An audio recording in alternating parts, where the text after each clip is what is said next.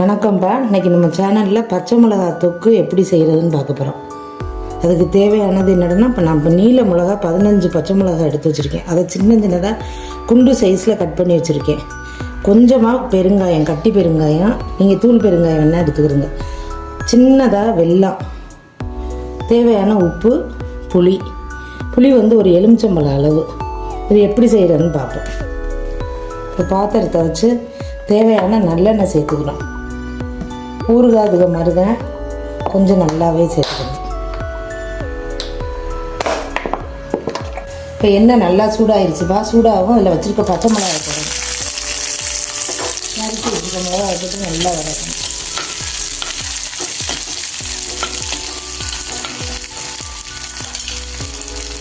பச்சை மிளகா வதங்கிட்டு இருக்கையிலே பெருங்காயம் போட்டோம்.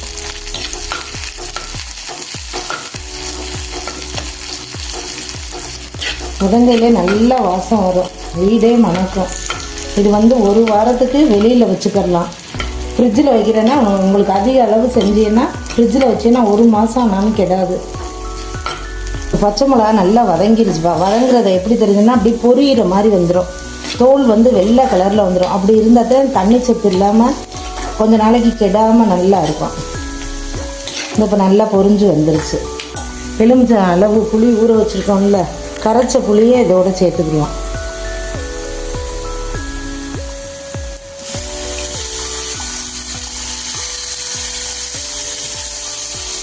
புளியை கொஞ்சம் கெட்டியாக கரைச்சி வச்சுக்கோங்க, ரொம்ப தண்ணி வேணாம். அது கூட தேவையான உப்பு,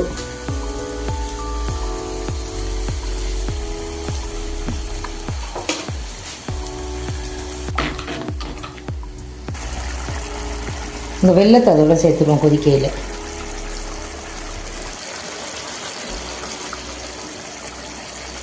எண்ணெய் பிரிஞ்சு இப்போ சரியான கரெக்டான பதத்துக்கு வந்துருச்சுப்பா.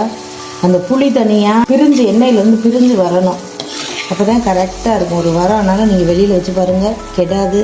தயிர் சாதம், எந்த சாதத்துக்கு வேணாலும் இது ரொம்ப நல்லாயிருக்கும். ரொம்ப சுலபமாக செய்யலாம். வச்சு சாப்பிட்டு பார்த்து சொல்லுங்கள். நம்ம சேனல் ஜனனி ஹோம்மேடை சப்ஸ்கிரைப் பண்ணுங்கள்.